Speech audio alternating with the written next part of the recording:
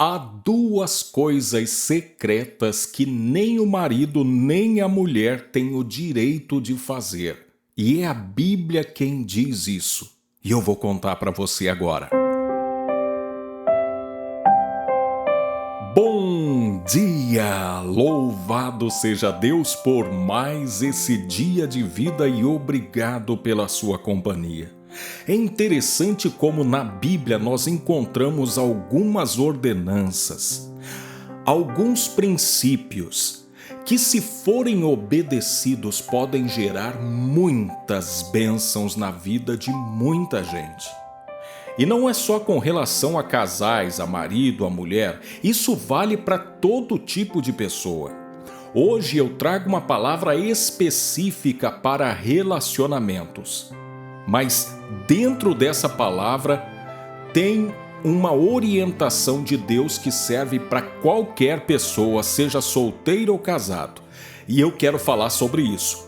E já que nós estamos falando sobre relacionamentos, deixa eu te lembrar que nós estamos numa campanha forte de oração pelos relacionamentos.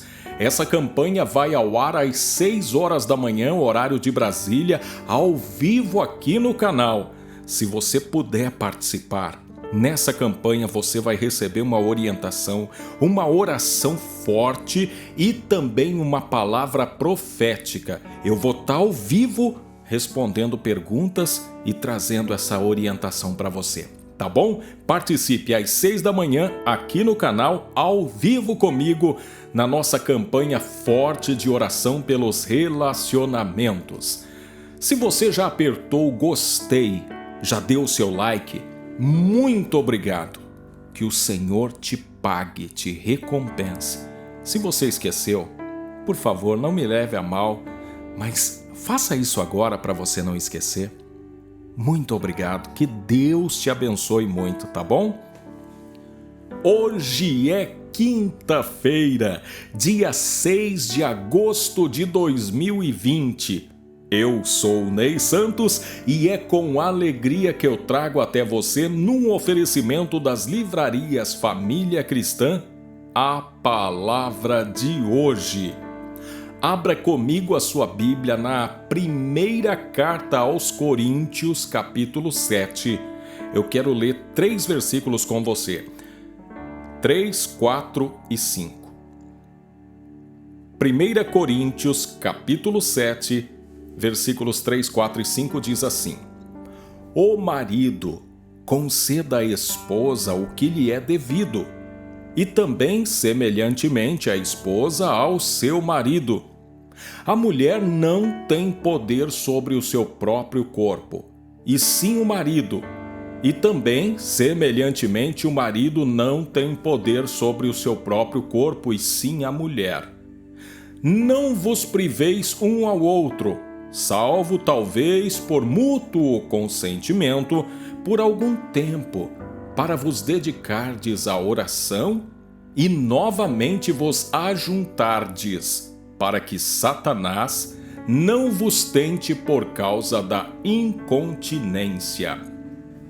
Eu creio que há muitos que estão me ouvindo agora que talvez não tenham tido ainda a oportunidade de refletir sobre essa importantíssima orientação do apóstolo Paulo para que nós possamos ter bons relacionamentos. Como disse, há duas coisas que o marido ou a mulher não tem o direito de fazer secretamente. E aqui o apóstolo nos diz o que é de cumprir os seus deveres de um para com o outro. E esses deveres não se limitam especificamente à área da relação conjugal. Eles vão além. Aqui o apóstolo está falando de forma mais direta especificamente na questão da relação conjugal. Mas você sabe que a Bíblia é um livro de princípios. Nós podemos pegar às vezes um versículo e observar que o que está naquele versículo não se limita à frase digamos assim, a frase literal. Às vezes essa frase, ela também está falando nas entrelinhas. E aqui nas entrelinhas nós aprendemos que todos nós temos os nossos deveres a cumprir. E nós devemos cumprir cabalmente o nosso papel diante dessa vida. Ou seja, fazer aquilo que é o nosso dever. No caso do marido, ele tem o seu dever para com a sua esposa, de lutar, de batalhar, de se esforçar para satisfazê-la, para dar a ela uma vida de satisfação, de realização. E ele dispõe de ferramentas para isso porque Deus deu a ele primeiro inteligência, sensibilidade, capacidade. Então Deus colocou as ferramentas, é só usar. E isso vale para a esposa também. A esposa também tem o dever de procurar a satisfação do seu parceiro, do seu marido. E você sabe do que eu estou falando, não é? Agora, você que não é casada, ou você que não é casado, você que é viúvo, você que vive só, você também tem seus deveres para com o seu semelhante. Você tem os seus deveres para com Deus. Às vezes a gente cobra muito de Deus os nossos direitos e as nossas promessas. Mas deixa eu te dar uma dica preciosa. Procure cumprir os seus deveres. E Deus, mesmo sem você pedir, realizará na sua vida as promessas dele. Tá bom? Primeiro a gente cumpre o dever e depois Deus opera na nossa vida grandemente. Agora, o segundo conselho que eu trago aqui é especificamente para aqueles que são casados. Me permita dizer a você, meu amigo, meu irmão, vigia. Vigia a sua mulher, não a dos outros. Vigia a sua mulher. Esteja atento aos anseios, aos apelos, às necessidades, às carências da sua mulher. E você, mulher, vigie seu marido, não o das outras. Cuide bem do seu marido. Trate bem o seu marido. Eu sei que às vezes não é fácil, porque nós lidamos com pessoas difíceis. Mas saiba de uma coisa, quanto mais difícil a pessoa que vive conosco, mais a gente amadurece a partir das dificuldades que a gente enfrenta. E você, marido, cuida para sua esposa procurar se vestir adequadamente de forma que ela não te exponha e nem mesmo escandalize. Proteja a sua esposa. Seja gentil e companheiro para que ela possa ter uma vida melhor. Mas olha, antes de você criticar a esposa, antes de você querer tirar o cisco do olho dela, procura ver se você está enxergando direito, porque às vezes nós precisamos nos consertar para depois então a gente apontar a falha dos outros.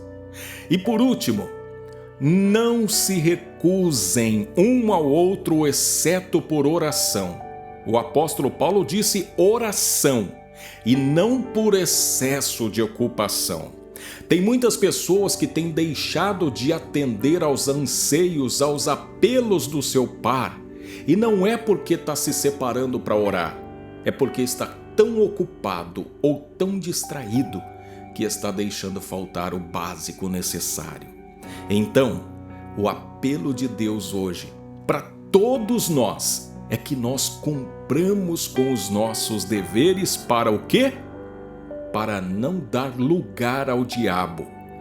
Em resumo, o diabo está atento aos seus atos, ao seu comportamento. E ele está só esperando você ter uma falha, um escorregão, deixar de cumprir o seu dever, para então ele aproveitar a fragilidade da pessoa amada para investir sobre ela e estragar o seu relacionamento. Ele está esperando só você deixar a sua família desprotegida para então ele entrar no seio do seu lar e fazer um estrago. E não é isso que Deus quer, por isso ele está te prevenindo agora. E eu quero te convidar para orar nesse sentido, para que nós possamos proteger as nossas relações, os nossos relacionamentos, os nossos entes queridos e a nossa vida com Deus. Querido Deus, Pai maravilhoso de infinita graça, bondade e misericórdia, diante dessa palavra, não temos outra alternativa senão abrir os olhos e perceber que o inimigo está à solta e está à volta, tentando nos derrubar, tentando acabar com a nossa família. E muitos dos servos dele, os demônios, os espíritos malignos também estão atuando, estão agindo, estão seduzindo, estão fazendo coisas para tentar destruir as nossas relações. Mas diante dessa palavra, entendemos, ó Deus, que o Senhor quer nos abrir os olhos e quer nos ajudar a proteger os nossos relacionamentos. Por isso eu te peço, Senhor, ajuda-nos, nos dá sabedoria, disposição e faça com que nós possamos nos ocupar mais de buscar a satisfação, a realização daqueles que estão à nossa volta, para que assim possamos cumprir com o nosso dever, com a nossa missão e sermos abençoados por Ti, Senhor.